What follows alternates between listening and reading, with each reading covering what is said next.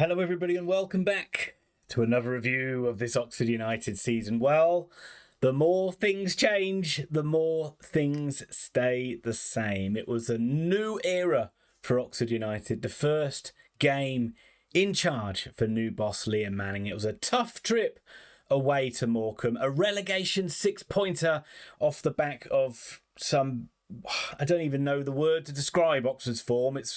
There's no bad word that's bad enough to describe it, but it's been as shocking can be. It needed to end. It needed to break it. And a lot of people saw this as a golden opportunity, a must-win game in some people's eyes. Did Oxford United win it? They did not. Did Oxford United lose it? They did not. It ended. Morecambe won. Oxford United won. Definitely some positives and some negatives to take out of this one. I know the negatives are going to be bloody obvious, but I'll get to it at the end. I do put timestamps down below as I'll jump through a little bit. I'll just go over the team news. I'll go over the game. Then I'll do some player ratings, and then I'll give my final thoughts. And I'll save those pros and cons for the final thoughts at the end. As I say, there are time codes in the description or on the video itself, so you can jump ahead to any particular point in the video. I won't hold that against you, but if you do, then please hit that like button. That's the least you can do on this video. And if you like the content, then think about subscribing as well. It's about the only thing that keeps me sane. But ultimately, a 1-1 draw against Morecambe, whilst not terrible, some people will be thinking it's the end of the world.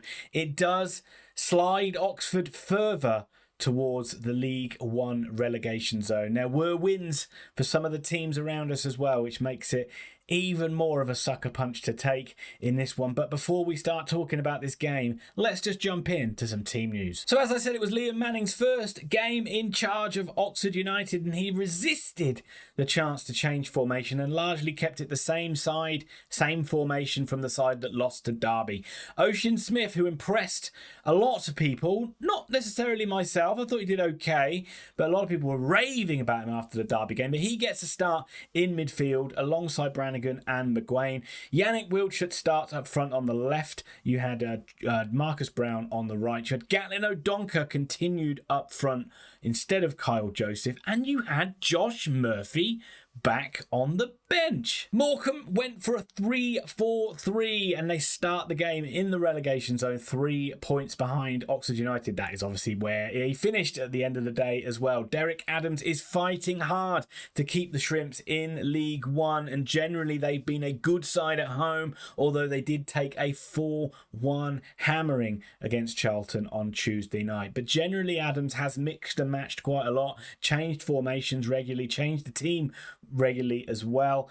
They did play 4-2-3-1 against Charlton. They've gone for a 3-4-3 today. No Cole Stockton up front, which Morecambe fans, you can tell me why he's not been so good this season as he was last season. But what you did see, Nias up there, ex-Premier League player, slumming it now in League One. But this is still under no illusions here that this is still going to be a tricky game for Oxford. I don't think anybody thought we'd turn up against Morecambe and thought we'd roll them over or anything like that. He knew it was going to be a battle, as indeed we found out last year when they ruined our promotion push or playoff push with that 2-1 loss. So there's a lot of Oxford games recently, and I think you'd agree with me that have been pretty frenetic, very frantic. There's been a lot of Oxford games where we've had to try and chase the game to get back into it. We chase the game like a dog chasing cars, really, don't we? And it often leaves us exposed. There was definitely more composure about Oxford today. We were more measured.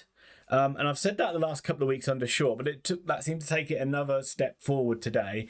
And the players were more calm, more organised, better shape, all that stuff. But it did mean the game wasn't great. And you did get that sense once it got past the first 15 minutes that both sides kind of settled into well, we don't really want to lose this game, so we're focused on defending first, which I don't think is a bad thing from an Oxford United point of view. You'd still back that we've got the quality to kind of eke out a chance here or there. But there were a couple of early shots in this game. One from Crowley, two from Wildschut, pretty much not straight at the goalkeeper, not really too many problems. Third week in a row where I've said Marcus Browne's been Oxford's brightest spark, and he was, every time he got the ball, he looked like he was going to make something happen. Some good crosses into the box, drew a foul, drew an early yellow card on a Morecambe player as well.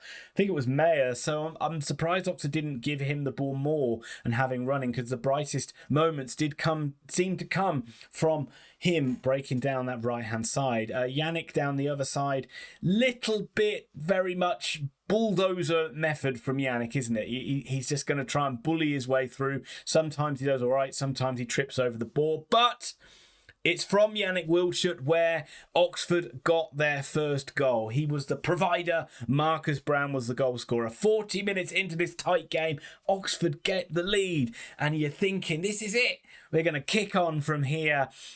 Yannick Wildschut gets the ball in midfield, and it was Love who overcommitted, and it allowed Yannick to get a bit of space and drive forward, and he drove forward to the byline. Good low cross, went across everybody. It's a sort of cross that's avoided or eluded everybody in recent weeks, but this week Marcus Browne coming round at the back post to have a tap in into the empty net. Very well worked goal. Good run from Marcus Browne, good run from Yannick. More of that please in future weeks, but Oxford 1-0 up in this one, nearly made it 2. There was a late Brannigan free kick, really well hit from Branners.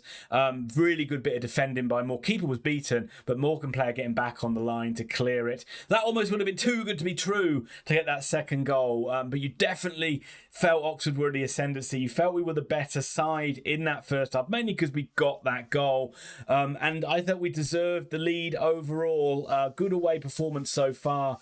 And you just hope that would carry on into the second half, and maybe we'd get another goal or two. And the second half carried on in the same vein as the first one, with very, very little quality going on. Oxford just sat off Morecambe. Morecambe didn't really seem like they had many ideas of how they were going to break Oxford down. There were very few chances. A lot of times where they did get the ball into wide areas, the ball into the box was poor, and it left Eastwood able to catch and gather balls quite easily, or easy clearances for the defenders. Where I did think Oxford might get more joy was the fact that you did sense that Morecambe were trying to chase that game. They were going for it a little bit more, and the odd mistake was creeping in, which meant there was the odd overload on the break that Oxford just never really could capitalise on. There were a couple of good opportunities all the way through that second half, really, where Oxford just couldn't get anything decisive from it, and that's a little bit of a disappointing takeaway. Morecambe did make some changes. They had to, really. They went 2 up top. Cole Stockton came on, as did Hunter,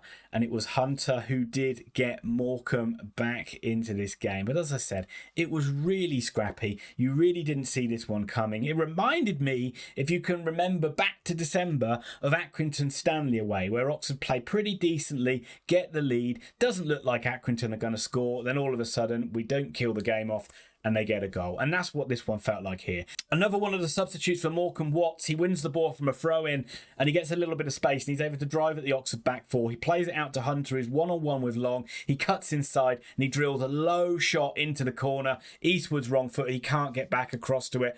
Again, it's a goal that you're just going to say we've seen so many times that Oxford United have conceded. We've conceded it again. It's so frustrating because really Morecambe just weren't in this game and Oxford should have been good enough to be able to see this one out. As we didn't, then the crowd get into it and it becomes a final 5 minutes where Oxford did really lose their shape and lose their composure, probably for the first time in the game, where they then tried to chase and get back in the lead, and that obviously meant that Morecambe had a couple of breaks where they could have snatched a winner themselves. So it meant a little bit of a frantic final 5 minutes, final 10 minutes, if you like, with the injury time. And then for the first time in the game, that was how the crowd got into it as well. So it's a sickener. It's an absolute sickener.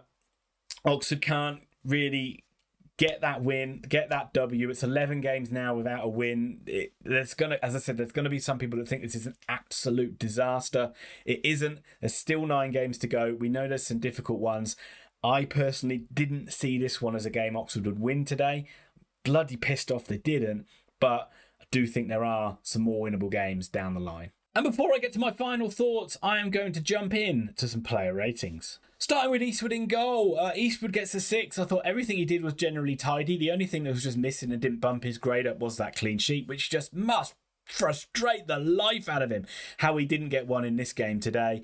Just the first decent shot that goes in. It's so annoying, but Eastwood gets a 6. And that's the same grade for Sam Long. I don't think Sam Long did a lot wrong. Just that one situation where he was one-on-one where he just didn't get the block and didn't get anything on it. And other than that, his defending was fine and solid, but I'm going to be harsh and give him a 6. And every other defender did a decent job. Kieran Browne gets a 7. Again, defended well, linked up quite well with Yannick when he could, down the left-hand side, and always does his job really well. And it's a good job when we don't play Cheltenham next week. The least we won't be missing Kieran Browne when we play them later on in the season. Stuart Finley gets a 7. Thought he was very solid up front. Did a good job dealing with Nias. Did a good job dealing with Stockton. Came on, won all his headers. No real problems from Finley today. And no real problems from Moore today. Did his job again. Just ditto for him, really. Did his job fine. Nice and comfortable. Again, Oxford just didn't seem like they were going to concede a goal in this game. Moving on to midfield, Cameron Brannigan gets a 7. I thought he didn't do so well in the second half, but I thought his first half was really good. He did a good battling defensive job, won a lot of balls in the second half, won a lot of cheap free kicks, which helped Oxford United out a lot. Disappointing he didn't impact the game further forward in the second half, but his first half, I thought some of his touches, some of his passes were great. Very unlucky not to score from a free kick. I thought Brannigan had a really good game today. Probably Oxford's best player. I'd say Brannigan gets a 7 out of 10. Ocean Smith gets a 6. He tired in the game, and I thought he should have been taken off after about 70 minutes. You could see he didn't have a lot of gas left in the tank. I thought he did all right. I thought he did okay. He played a bit further forward. He tried to link up the play really well. Some nice touches in there. Strong lad as well. I'm surprised we haven't seen more of him. I've liked what I've seen so far. I thought he's looked all right. Looked a player. And it kind of comes back to sort of saying how these players really got used under Robinson, like, for example, McNally, when he was forced to. And then McNally played so well you couldn't drop him. Maybe Ocean Smith would have been another one in that vein. We'll never know now.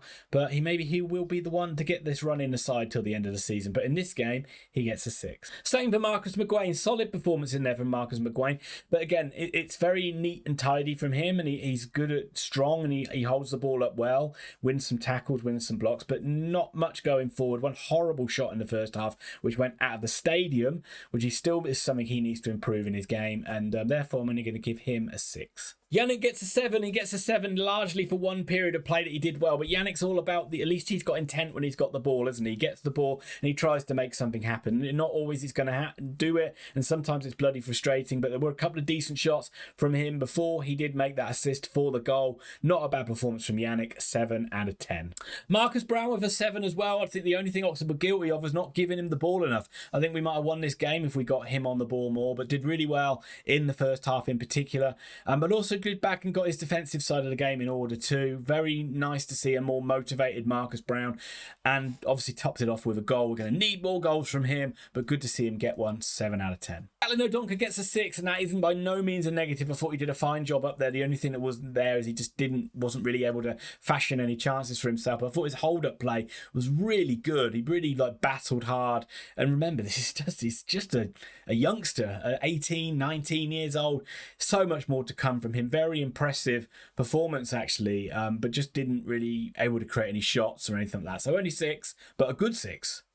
A good 6. Kyle Joseph came on after 63 minutes for Yannick Wildschut, and he gets a 6 as well. Work rate, fantastic. Didn't really create anything. There was a couple of decent opportunities that opened up, which he couldn't make the measure of. Certainly one late on in the game where he made the wrong option on a counter-attack. But yeah, again, never going to fault Kyle Joseph's effort. 6 out of 10.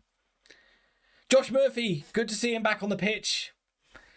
How long is he going to last for? I don't know. But, you've always got that option of something, a bit of quality that might come from Josh Murphy. But he was only on for about 15 minutes today. We saw one good run from him, not much else. I'm not going to give him a grade because he came on a little bit too late for me to do so. And that brings me to Liam Manning's first rating from me. Well, at the end of the day, Oxford did not win this game. And for all the kind of talk of how measured he is and how composed he is and how calm and how different of a person he is to Carl Robinson, at the end of the day, the same problems remain. Oxford United don't score enough goals, don't keep enough clean sheets, and ultimately a game where we should have won.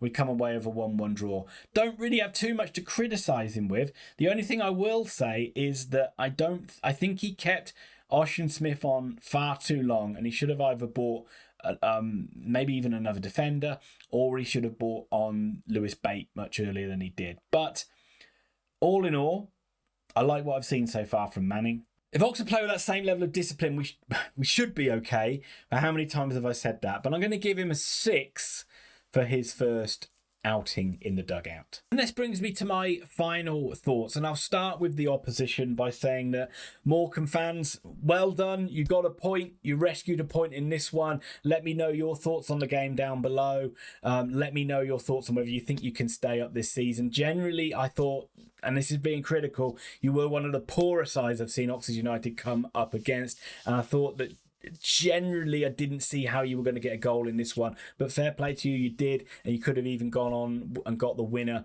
late on as well as you pushed forward. Oxford didn't kill the game off and you made us pay for it, and that is ultimately where that is the most frustrating part of the day, and where these problems that have just been there for so long now obviously weren't just going to be addressed overnight or in a week by Liam Manning. It's just don't keep clean sheets, don't score enough goals, and ultimately in a game where we should have won, like other games this season, like Portsmouth away, Shrewsbury away, Accrington away, we come away with a 1-1 draw when really we should be going on to win the game. Also as well, there'll be a lot of people saying that this is a disaster and this is season over and it's the end of it. It's clearly not. We are dragged more into the mire than we thought we were going to be, and yes, there's still 9 games and some very difficult games in there to save our season, but I still have confidence that Oxford United will pick up some points further down the line. It would have been so nice to get that win today, but losing would have been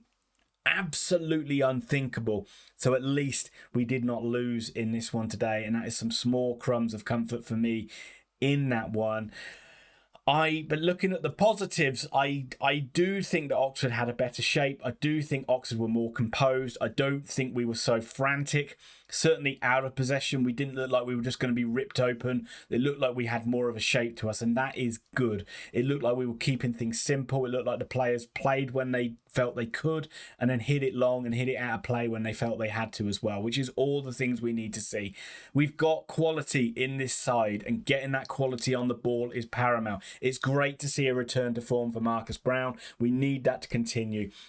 He's starting to look like the player we thought we'd signed, or the player we thought we all knew from a few years ago. If we can see that now for the final 9 games, that is going to be very encouraging. Yannick Wildschut continues to be inconsistent, but he has at least got intent to his game of trying to make things happen. We need more up front though. Gatling can't do this on his own. I think we need goals from Kyle Joseph. We need Tyler Smith to come back into this side and provide us something. You don't know how long Baldock's going to be back. You don't know how long we've got Murphy for. But I still do think, and what I've seen in this one, that if Oxford play, and this is a big if Oxford do play in that sort of same style, then we should be able to get enough points to see us over the line. It's a big if, and it's by no means sure that's going to happen. And we're all frustrated that we didn't get that win today, but I don't think it's an absolute disaster. It's just annoying because the equaliser came late in the day. Another area of concern to me is midfield. I just don't see where the goals are going to come from a midfield point of view as well. I like the look of all the midfielders. They're all fine midfielders. Smith, Bate, Brannigan and McGuane. But I just don't see enough, apart from Brannigan, who will come up with goals, you just don't see enough end product from the others. And that's something, an area Liam Manning really needs to address. But I do understand that he is concentrating on the discipline side of the game in the last 9 games of the season. But I'm sure there's a lot of you out there that will think this is all doom and gloom and it's the end of the line, that's it, we're going to get relegated. But let me know your thoughts down below. Let me know what you think is going to be the results for the remaining 9 games of the season. We've got 2 weeks to stew on this now until we have a very tough game away at Peterborough. I don't think we're going to expect him to get anything out of that one, so it could be 12 without a win, or could even stretch longer. But you have to remain hopeful. You have to try and remain positive, or at least try and do that. or not. Bombard the comments or whatever you're feeling. Look, it's a horrible time, but again, at least we didn't lose today. It's something to hold your hat on. And all we can do now is look forward to the Peterborough game. Really looking forward to it. Anyway, thanks very much. That's enough for me waffling on. Enjoy your Saturday evening or whenever you watch this. I'll be back to do a video about something next weekend, and then I'll do a review of Peterborough versus Oxford United. Bye for now.